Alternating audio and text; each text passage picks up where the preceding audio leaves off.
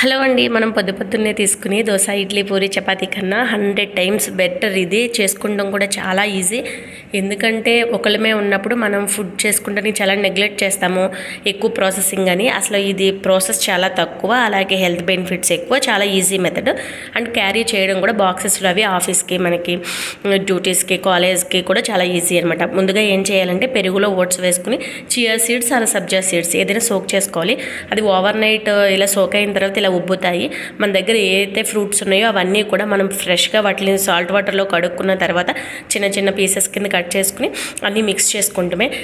నార్మల్గా అయితే అందరూ సీడ్స్ అనేవి మనకి ఉంటాయి కదా, పంప్కిన్ సీడ్స్, సన్ఫ్లవర్ సీడ్స్, ఇంకా బాదము, కిస్మిస్, పిస్తా ఇవన్నీ కూడా వేస్తారు. నేను అవేమీ వేయలేదు. తక్కువ క్వాంటిటీలో ఓట్స్ తీసుకుని ఎక్కువ క్వాంటిటీలో ఫ్రూట్స్ అనేది తీసుకున్నాం. ఎందుకంటే మనకి మార్నింగ్ ఇడ్లీ, దోశ, ఈ చట్నీలు, సాంబారు ఇవన్నీ తిన్నప్పుడు హెవీగా ఉంటుంది పొట్టంతా.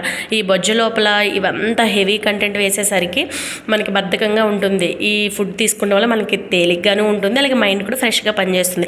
అలాగే కర్డ్ మన డైలీ రొటీన్లో ఎక్కువగా తీసుకోవడం వల్ల ప్రోబయోటిక్ ఉంటుంది కాబట్టి కర్డ్లో ది బెస్ట్గా హెల్త్కి ఇంకా బాగుంటుంది. అలాగే మన చీక్స్ అనేవి కూడా చాలా బబ్లీగా వచ్చి బాగుంటాయి నిగారింపుగా.